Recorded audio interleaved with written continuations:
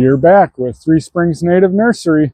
Now that we're into the thick of winter and spring is quickly approaching, everything in the woods has been pressed down for the most part, leaving us really good sight lines to be able to get a sense of what this property looks like. So today I'm going to take us around on a little tour and show you some of the different areas that we've been working on, whether that be removing invasive species, cutting down dead ash trees, or even starting the infrastructure for our nursery this spring. Come along. Our woods is 4.2 acres of beautiful fen wetlands that have 3 artesian springs spread out across them. We'll check out each one along the way and get to know the property just a little bit more. Come this spring, when you visit and purchase your native plants from our nursery, you'll see right outside our garage that we'll have a big open area here, and that's where we'll have all of our tables and our native species set up. Hopefully by the end of the year, we have a total of 120 to 130 native species that we're able to offer everyone. And right down inside this little wooded area is a perfect place for them to work on maturing as they receive dappled sunlight throughout the year. One thing that is important for our native nursery is to be able to provide parking and a safe exit so that you can enter back onto Highway 22 instead of backing into it. I did a lot of cutting last year in this area and built this big brush pile. So today we're burning it up. I got a few more trees that I got to cut down out of this area before I can bring in crusher run and then make a parking pad out of it. Along the way, we'll be removing several dead ash trees for the safety of those who come to visit our wooded property and nursery. But throughout the rest of the woods, we do have significant portions of ash trees that have died off. But like Aldo Leopold, I've found that there is beauty to be held in a dying forest. Disease is just simply something that opens up opportunity for the next wave. And us as native habitat managers, we can either say, well, there's nothing that can be done, it's just too much of a task. Or we can dig in and find out what benefits all of these dying ash trees provide us in our native landscape, and then foster those relationships. This section here is a big round open area. Well, at least now it's open. Previously it had been chock full of alder buckthorn. You can see all my high cut stems here. This is just one of the management tools that we're using. Some areas around the property, I treat them with the high cut stumps. Some of them, I cut them flush down to the ground. And others, we remove completely by hand. This area right here is actually an area that we removed all the alder buckthorn by hand. And it was really unique to see all the different flowers that popped back up last year when they were given some light and a chance to thrive. This year we'll be able to document that and show each of you what different things are popping up in the different areas. But one thing I know is that we're really blessed. We are so blessed to have a beautiful native seed bank here where I know that as I clear invasive species, that I'm going to have a wide variety of native pioneer species ready to come in and take its place. So last year, I shared a video of my favorite spot on the property, which was right here in the pond. This time of the year, we're able to stand on it, but it gives you a pretty close view of what things look like. The cool part is how this waterfall creates a big ice structure every single year. We never have it freeze out completely. And when I was looking around getting some water for the fire, I happened to notice a couple minnows down in the water. Hopefully, I can get a view of it for us.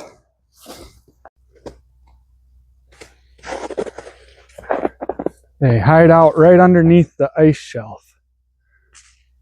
We just had a little guy swim through. Come out, wherever you are. There's no shortage of cool little critters around here, whether it be invertebrates, such as this guy,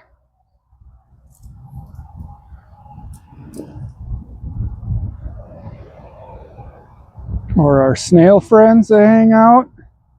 We have loads and loads of slugs all throughout the springs and the ponds. Here we have one of the casualties from this past year. We do have a healthy frog population throughout the property, as well as toads.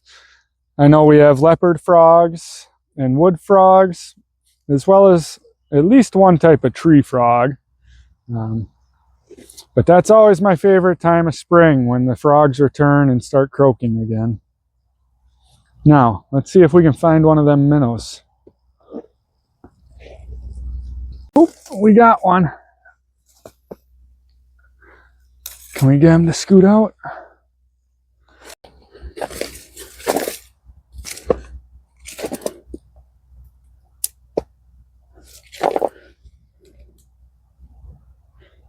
It's like they just bury themselves right into the dirt. Taking a look from this angle of the pond, you'll see how I pipe out my waterfall into a log, back out into the pond. Now this helps bring water back up to a higher elevation, holding more water on my property.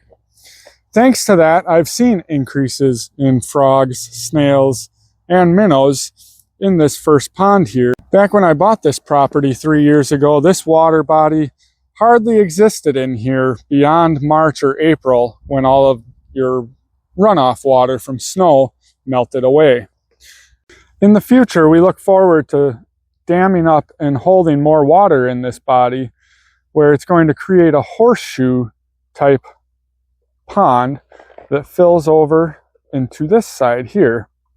That'll leave us with a peninsula that I'm standing on now, and an island that's going to leave a beautiful little viewing spot here in the center of all the action. Now it stays open 24/7, 365, providing native habitat and watering sources for all fauna. Here you can see two bridges, 1 and 2. Each one controls a flow of water from springs that then merge together in a pond on the north side of those two bridges. And there's the other riverway that flows. When I get a lot of water in spring, they will connect in here, and this area will become more of a pond in its entirety. Eventually, like I said, as we dam things up, I should be able to get close to 2.5 feet of water in here, which will be awesome habitat for all the salamanders, frogs, fireflies, you name it. This place is going to be a beautiful little refuge for all animals to come to. As we move away from our main pond and up the spring chain, we run across our little ATV bridge. That way we can bring resources back into here and store things a little bit nicer. But here we have our second spring, which flows at a little slower pace than the front one. I haven't gauged it out, but it certainly helps continue to provide fresh water sources for all the animals around here. Moving further up the spring system, it's hard to tell because it's all frozen over. This top spring flows pretty slowly, so there isn't a big channel running year-round. But I hope to change that by jetting out this front spring and getting a much heavier flow out of it.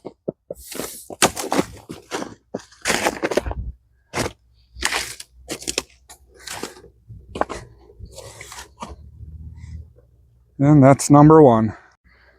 Standing from where both of the bridges are, you can see the pond on our north side here, where the river kind of flows through and then connects back up into the right side. From there, both streams, as mentioned prior, connect back up and flow out underneath our bridge.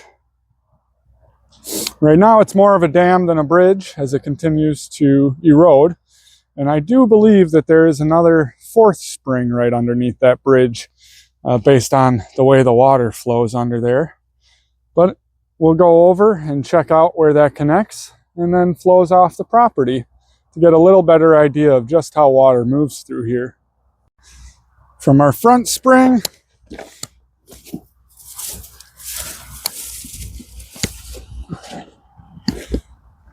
we work our way down into a flat, which is completely covered at the moment by watercress. Now this is invasive and something that I'm working on removing slowly but surely. Down here in this pond, I haven't quite attacked it yet, as I have up by some of the front springs previously. But it's only about 2 or 3 weeks from now, and we're gonna see a whole entire carpet of yellow marsh marigolds through here that'll completely choke out that watercress. From there, it will change into a couple different combinations throughout the season, highlighted by things like great blue lobelia, sweet Joe Pye weed, white turtlehead, and a whole host of different asters. Moving through the actual system, ooh, got a little wet on that one. You can see where it just gets dammed up here, but on the back side we have nice fresh flowing water from that other supposed spring. Eventually I'll get time to investigate that. But for now, our water simply flows out into a big channel that connects to the neighbor's pond up here, right in this area. He has a man-made pond that's been there since sometime in the early 2000s. This area we won't talk about yet. It disgusts me, but excites me. And all of our water flows off the property, out under the highway, and after meandering through the industrial parks, makes its way back to the Little Wolf River.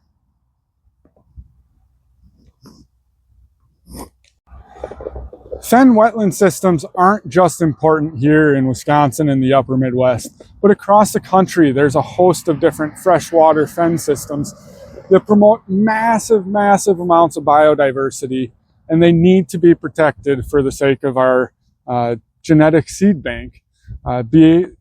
Being able to restore areas like this and save them for future generations so that they can see what these ecosystems with wide ranges of diversity look like will help them to be able to create better plant communities in the future as they do restoration projects. Of all the parts of my property that are the most energy intensive throughout the year for maintenance, this area is number one.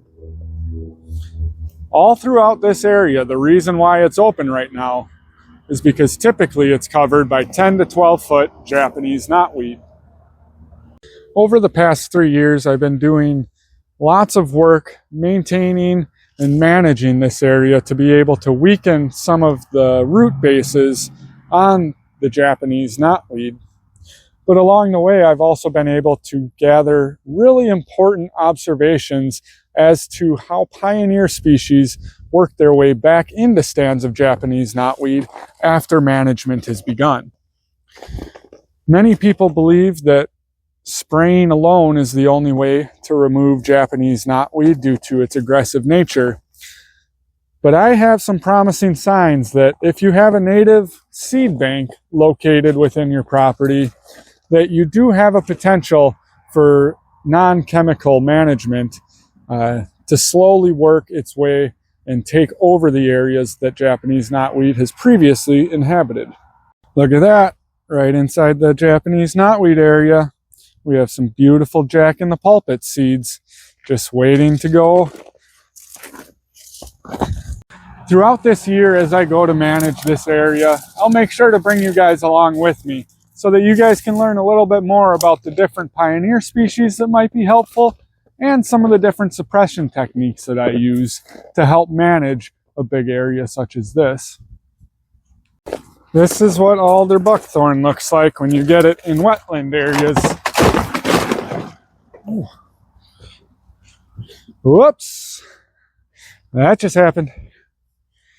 But back to what I was saying, it's just so dense in here. You can imagine as the foliage comes on.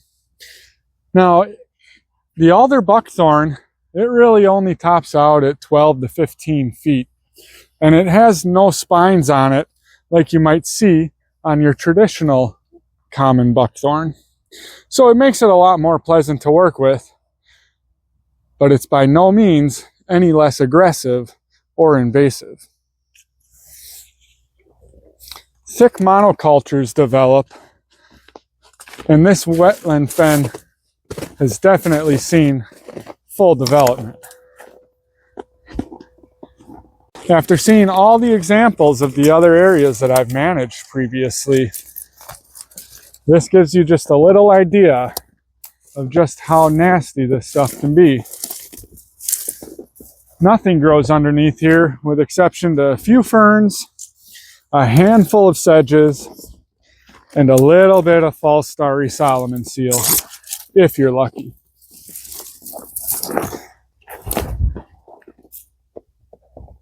Here you can see an example of the dense alder buckthorn. Down below is lots of black currants, just waiting for their time.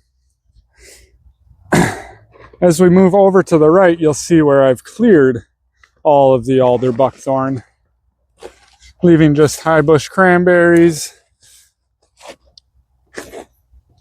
and the black currants. All throughout here is going to be a beautiful display of spring flowers, from the Canada Mayflower, Jack in the Pulpit, the May apples, false starry Solomon seals, wild geraniums, Canada anemone, and the list goes on. But by doing a little bit of work today, or over the last couple weeks, we can help restore these native habitats. We can do our part to bring more sunlight to the forest floor and allow things to regenerate with more diversity that will ultimately create more resiliency for our native ecosystems. There's still time before spring, so what can you do in your backyard or in your community to be able to help bring about a more healthy ecosystem in 2026? Let us know down below in the comments. We look forward to seeing you this spring. Now that is a beautiful sight. Not only is it warm, but we're getting rid of invasive buckthorn.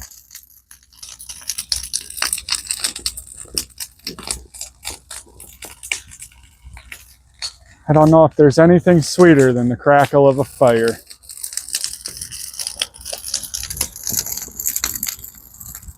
Goodbye, invasives.